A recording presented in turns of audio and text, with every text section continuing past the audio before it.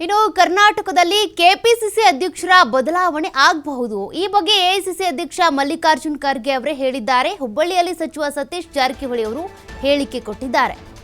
ದೇಶದ ನಾನಾ ರಾಜ್ಯಗಳ ಅಧ್ಯಕ್ಷರ ಬದಲಾವಣೆ ಆಗಿದೆ, ಅಂತೆಯೇ ಇಲ್ಲೂ ಕೂಡ ಬದಲಾವಣೆ ಆಗಬಹುದು.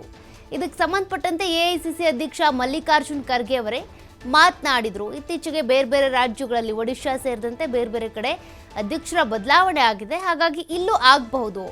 ಈಗ ತಕ್ಷಣ ಮಾಡೋದಕ್ಕೆ ಆಗದೆ ಇರಬಹುದು, ಆದರೆ ಮುಂದಿನ ದಿನಗಳಲ್ಲಿ ಬದಲಾವಣೆ ಆಗೇ ಆಗುತ್ತೆ. ಅವ್ರು ಯಾವಾಗ ಬದಲಾವಣೆ ಮಾಡ್ತಾರೆ ಅನ್ನೋದನ್ನ ನಾವು ಕಾದು ನೋಡ್ಬೇಕಷ್ಟೇ. ನಾನಂತೂ ಯಾವುದೇ ರೀತಿಯ ಆಕಾಂಕ್ಷಿ ಅಲ್ಲ ಅಂತ ಹುಬ್ಬಳ್ಳಿಯಲ್ಲಿ ಸತೀಶ್ ಜಾರಕಿಹೊಳಿ ಅವರು ಹೇಳಿಕೆ ಕೊಟ್ಟಿದ್ದಾರೆ. ಕೆಪಿಸಿಸಿ ಅಧ್ಯಕ್ಷ ಬದಲಾವಣೆಗೆ ಸಂಬಂಧಪಟ್ಟಂತೆ ಏನು ಚರ್ಚೆಗಳಾಗ್ತಾ ಇವೆ, ಅದಕ್ಕೆ ಕೆಪಿಸಿಸಿ ಅಧ್ಯಕ್ಷರ ಬದಲಾವಣೆ ಆಗೇ ಆಗುತ್ತೆ, ಮುಂದಿನ ದಿನಗಳಲ್ಲಿ ಆಗುತ್ತೆ.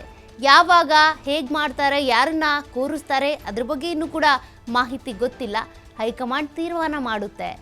ಅದಕ್ಕೆ ಸಂಬಂಧಪಟ್ಟಂತೆ ಖರ್ಗೆ ಅವರೇ ಸುಳಿವು ಕೊಟ್ಟಿದ್ದಾರೆ ಅಂತ ಸತೀಶ್ ಜಾರಕಿಹೊಳಿ ಅವರು ಹೇಳಿಕೆ ಕೊಟ್ಟಿದ್ದಾರೆ.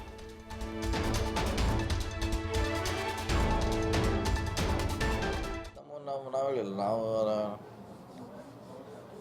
ಕೆಪಿಸಿಸಿ ನೇಮಿಸುವಂಥ ಅಧಿಕಾರ ನಮಗಿಲ್ಲ, ಅದ್ರ ಬಗ್ಗೆ ಪ್ರಶ್ನೆ ಇಲ್ಲ.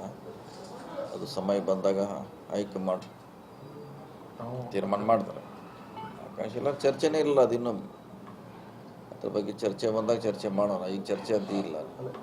ಅವ್ರು ಹೇಳಿದಾರೆ, ಅದೇ ಹೇಳಿದಾರಂತ ಅದ್ರ ಬಗ್ಗೆ ಆ್ಯಕ್ಷನ್ ತೊಗೋತಾರೆ.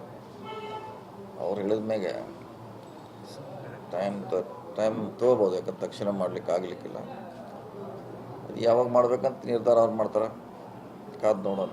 ಆಕಾಂಕ್ಷಿ ಇಲ್ಲ, ಮಾತ್ರ ಬಂದಾಗ ಚರ್ಚೆ ಬಂದಾಗ ಸಂದರ್ಭ ಸನ್ನಿವೇಶ ಬಂದಾಗ ನೋಡೋಣ, ಅದ್ರ ಬಗ್ಗೆ ಚರ್ಚೆ ಮಾಡೋಣ. ಯಾವ ಥರ ಎಲ್ಲರೂ ಆಸೆ ಪಡ್ತಾರೆ.